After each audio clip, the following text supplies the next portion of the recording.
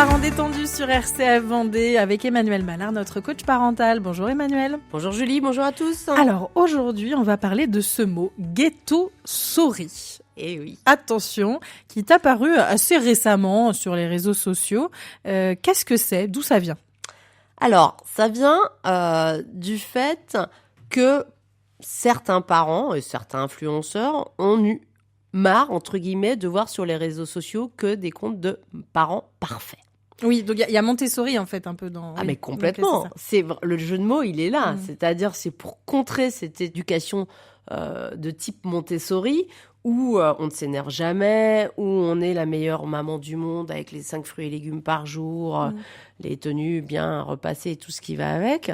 C'est cette idée un peu de contrer cette image de parents parfaits avec une éducation bienveillante. Mais là, encore une fois, je pense qu'on a détourné le mot. On a stéréotypé déjà Montessori. Exactement.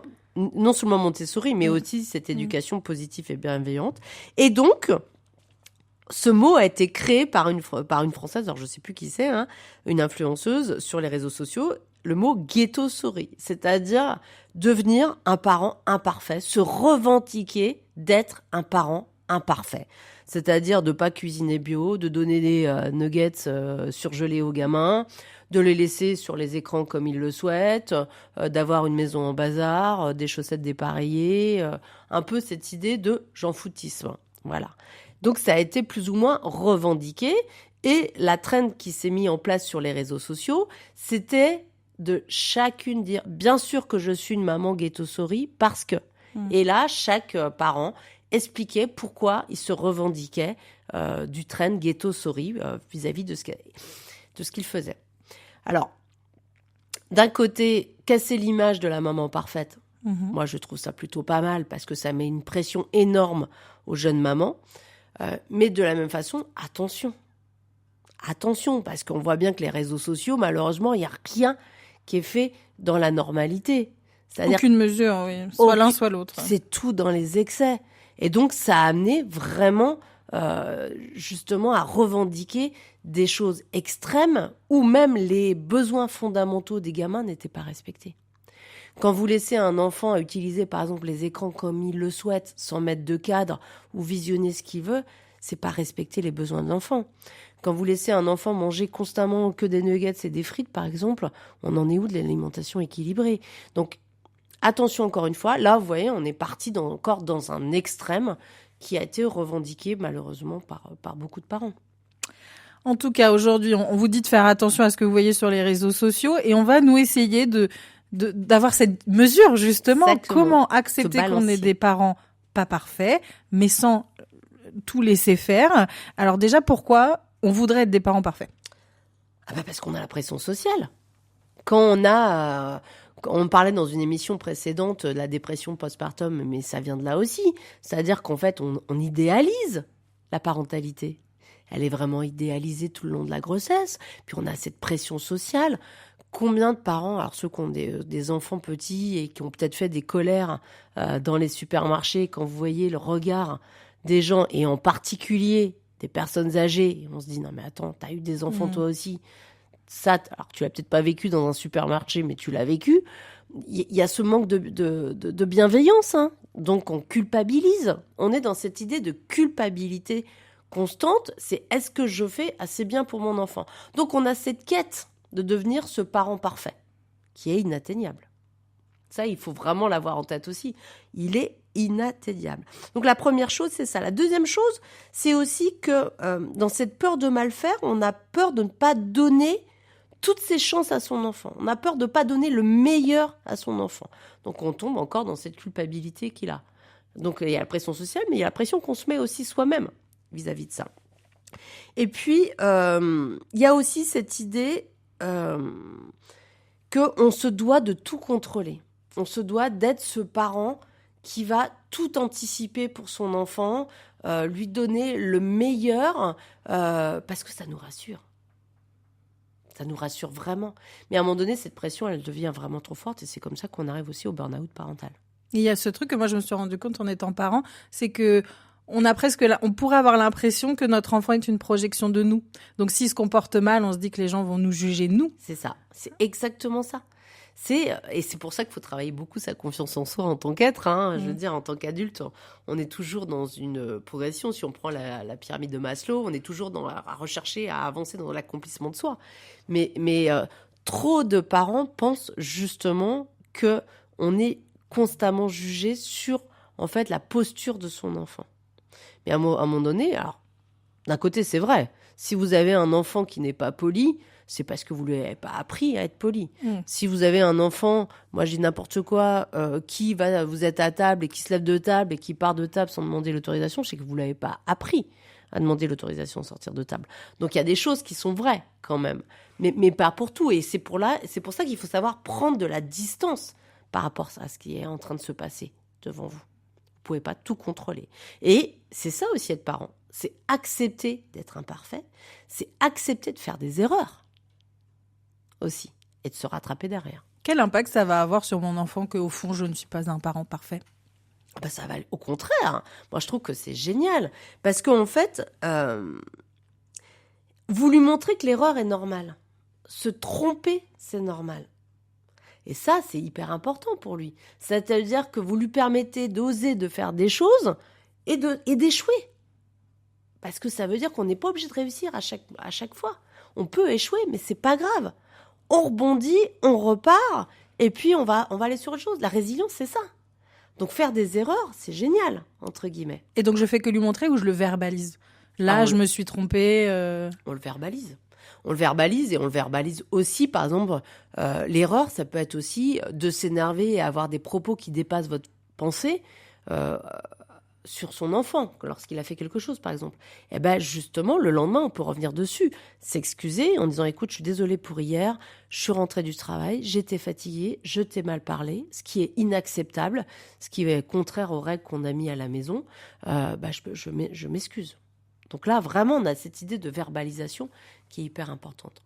Mais s'excuser, reconnaître que l'on fait des erreurs et que c'est normal, c'est pas la même chose que de chercher à montrer qu'on est un parent imparfait.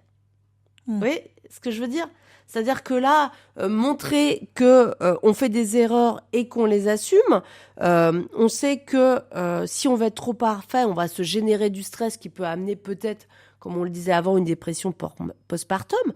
C'est différent que de revendiquer et de créer des situations pour se dire « je suis une maman ghetto-sorry ». Oui. Non, mais oui, c'est la dynamique dans laquelle on se met. Soit on a l'envie du meilleur pour notre enfant en acceptant que ce sera pas forcément toujours le cas, ou dire « allez, basta, il est loupé celui-là, maintenant… C'est ça. Et puis, c'est une question de facilité. C'est-à-dire qu'à un moment donné, on prend pas sa responsabilité de parent, on fait pas son job. Au fond, elle est un peu déculpabilisante, cette tendance à dire on est tous des parents nuls. Toi ça. aussi, t'es un parent nul ? Moi aussi, je suis un parent nul. Ouais. En fait, c'est ce qu'on perd dans ses échecs, quoi. C'est ce qu'on perd dans ses échecs, mais ça, on peut le mettre dans tous les pans de la société. C'est-à-dire que, j'ai fait ça, c'est pas grave. C'est pas grave. Ouais, toi aussi, tu te loupes. En fait, c'est ça, regarde, nous aussi, on se loupe ensemble, quoi. En fait, on est copains d'échecs. Et là, je me dis, mais la problématique, c'est cette volonté d'aller toujours plus loin, en fait, dans cette mode-là du moment. Là, l'alimentation, c'est sûr que c'est pas grave. Faire des nuggets à son gamin le soir parce qu'on est crevé, mais bien sûr que c'est pas grave. Et on a raison. Par contre, faire des nuggets à son gamin tous les soirs de la semaine et pas lui proposer un seul légume, par exemple, là, ça devient grave. Parce qu'on met la santé de l'enfant, en fait, en danger. Et c'est là où ça switch, en fait. Donc, le fait de se revendiquer maman souris, et comme on aime maintenant énormément apparaître sur les réseaux sociaux, avoir du retour, avoir des likes ou des commentaires ou bref, je ne sais quoi. Oui, une sensation d'exister, oui. Exactement. C'est exister à travers le regard des autres. Donc, on va aller chercher, en fait, l'occasion de se faire voir, de se faire montrer. Et les conséquences, elles sont énormes. Parce que là, on arrive carrément à une démission parentale. La ghetto-sorry, ça peut être carrément une démission parentale. Quand moi, je regardais un petit peu sur les réseaux sociaux, c'est bien sûr que bien sûr que je suis une maman ghetto-sorry. Il joue tous les jours à la console, par exemple. Mais quel est l'impact sur le gamin après ? Bien sûr que je suis une maman ghetto-sorry, ouais, c'est ça. Il a accès à tout ce qu'il veut sur son portable. Non. On se retrouve avec des drames après. C'est-à-dire que c'est là où, encore une fois, on est dans l'excès. Alors, comment on fait pour lâcher un peu prise, ne pas avoir ce stress de nous serons une famille parfaite, mais sans laisser faire? Non, mais c'est ça. C'est-à-dire qu'il faut trouver, encore une fois, ce balancier entre fermeté et bienveillance, entre lâcher prise et entre contrôle. Et ça, c'est la grosse difficulté de notre société. Hein. Donc, l'idée, c'est vraiment de poser un cadre éducatif qui est clair. Le cadre, on revient toujours au cadre. Moi, je pense que je vous parlerai cadre jusqu'au bout de ma vie, mais parce que c'est ça qui permet d'avoir une parentalité sereine et pas conflictuelle. Hein. Donc, poser le cadre. Et une fois que le cadre est posé et respecté, on peut se permettre d'avoir plein d'exceptions. Bien sûr qu'on va se dire, ok, aux nuggets, si on est crevé. Bien sûr qu'on va se dire, je suis fatiguée la soir ou cet après-midi, j'ai envie de faire une sieste. Je les mets devant un Disney et c'est complètement, ça pose aucun problème. C'est, il faut vraiment et c'est là on en revient à cette même problématique qui a été mal comprise sur l'éducation parentale ou l'éducation bienveillante, c'est qu'on a cru par certains côtés que c'était une éducation qui était purement laxiste. Et par des gens qui se déterminent la ghetto-souris, on pense que c'est une éducation qui n'est que bienveillante. Mais c'est pas ça du tout. C'est vraiment un parent cool, ça veut pas dire un parent qui cède à tout. On peut être un parent cool en posant un cadre. Et le parent cool va vite se rendre compte qu'il va se faire bouffer, surtout. Et puis non, mais ce que je veux dire, le cool n'est pas l'opposé du cadre. On peut être un parent cool en posant le cadre. On peut être un parent bienveillant tout en frustrant son enfant. Et en lui apprenant à gérer sa frustration.